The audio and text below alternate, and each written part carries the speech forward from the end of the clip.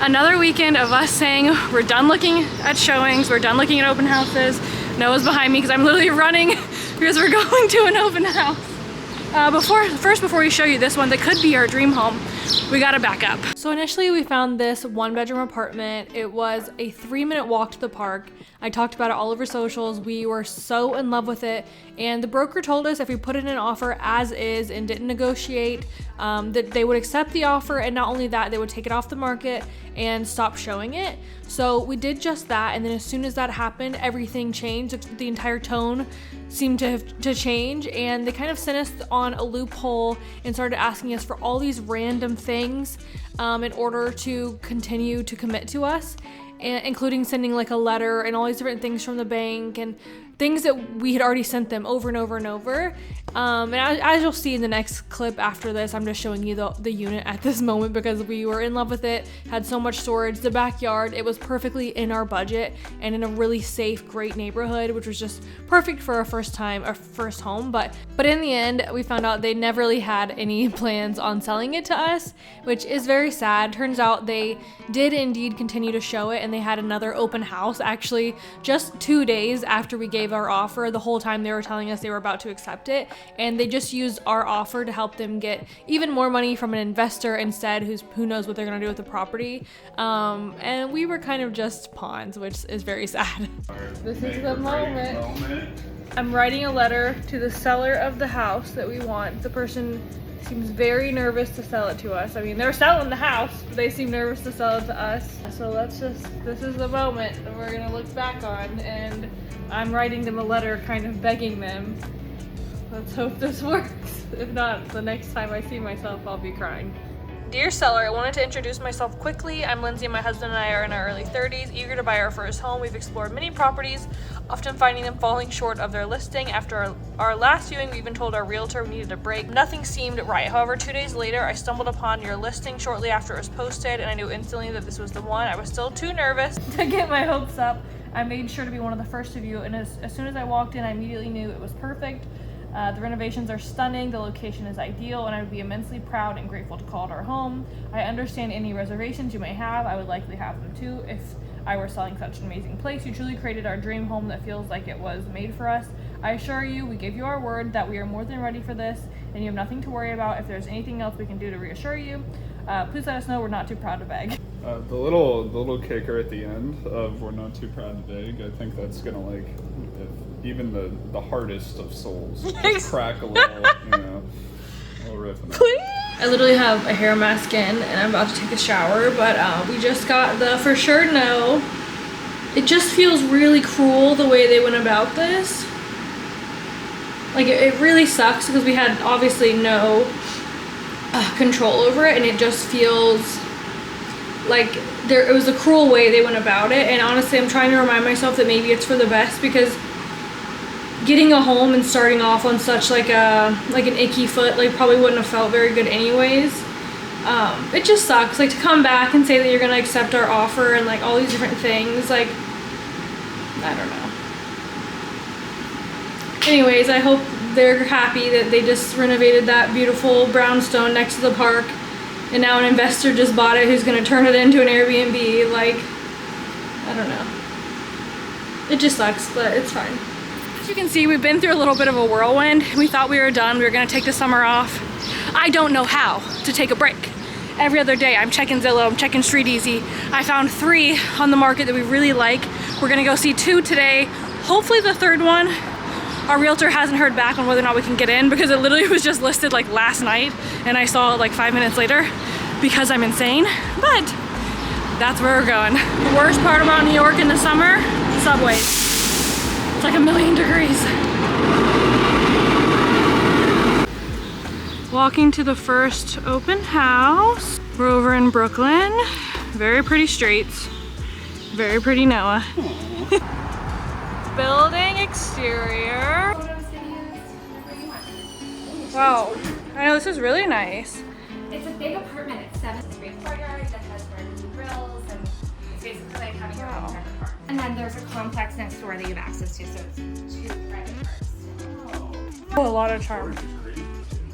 Oh, this is really cute. my personal fan. Okay, we think this one might be it actually. How beautiful. That's like desk area, or like the office area. Beautiful kitchen. Living room is a lot bigger. Could definitely fit all our stuff here. Walk out and it has a really nice patio. Wow, this is perfect actually. The colors and everything are really our vibe.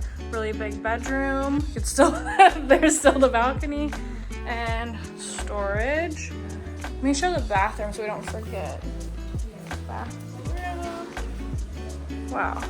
Perfect. That first unit, and we loved it. It was so cute. It had so much charm. It felt very right, but at the same time, there was something about it felt like there has to be a catch because the price was $200,000 below our budget.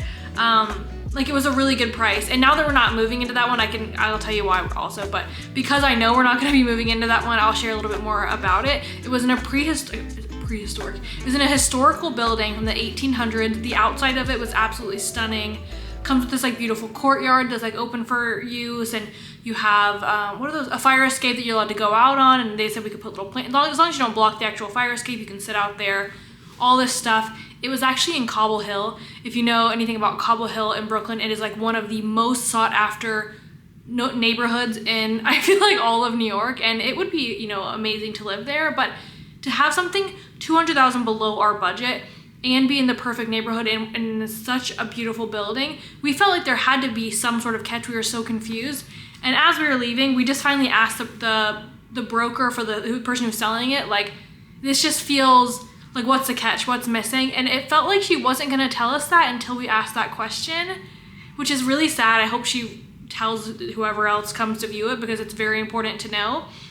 Starting in 2025, which is next year, all the way through the end of 2031, that is 6 years, they will be doing massive construction on the outside of the building. And throughout that 6 years, not only will there be massive construction going on, but they will be taking turns on different parts of the building where the construction is happening. But throughout that, there will be 2 separate periods of 9 months, that's 18 months total, a year and a half out of the next 5, where there will be full scaffolding. If you've never seen like New York City scaffolding, it completely covers the building, all your windows, etc., completely covering the front and back of our unit. She also lets us know the residents are paying for this.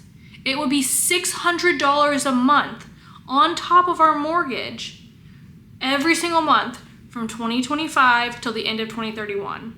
We added that up, it's almost $50,000 of maintenance on the building. Now I understand that anytime you move somewhere, you take the risk of them having to do some sort of assessment on the building or upgrade the building, and that does come at the cost of the homeowners.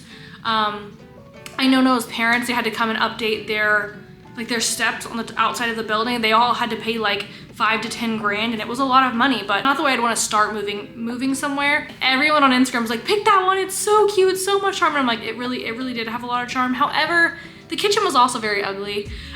So I think that plus the construction, I was like, you know what, we gotta move on. So we ended up going to the next building, as you saw. And the first one we're not as excited about. We thought it was just one unit that was open. Turns out it was a brand new building. All of them were for sale. We walked around, there's a lot of people there, and we did find our dream apartment. And we did put in an offer. It feels literally perfect. It's in a great area, beautiful apartment. And we put in an offer for as is, because we know there's a lot, like since yesterday, since the open house, 2 of the units have already accepted offers, thankfully not ours. And we just submitted our offer, and Noah actually just texted me about 20 minutes that they did accept the offer. And I don't know why, I feel kind of weird, like I feel kind of sick to my stomach, like I'm just nervous. I'm like, is something gonna, because we've had such a bad experience trying to buy, which apparently that's just how it is. Like you just go through a lot of bad until you find the good. And I just really hope this isn't too good to be true and something random doesn't happen. But as of right now, they have accepted our offer. So I think if everything goes well, we should have a contract signed, and then we will be homeowners. Move-in will not be, because it is a new building, will not be until end of October, which is actually perfect because our lease here is up November 15th, so it works out perfectly. But fingers crossed, all goes well. And I will keep you guys updated. I don't even know what to say. I'm gonna drink my coffee and breathe. Oh my gosh, the wind is out. But we have to celebrate. You don't seem very excited at all. We got it celebrate. I think Noah is just like me, and we're both just a little too nervous to get too excited yet because It's too good to be true. It feels like it, but I don't know. The offer is accepted. We're gonna do an inspection soon. We have no idea what happens next, but We're gonna fingers find out. crossed.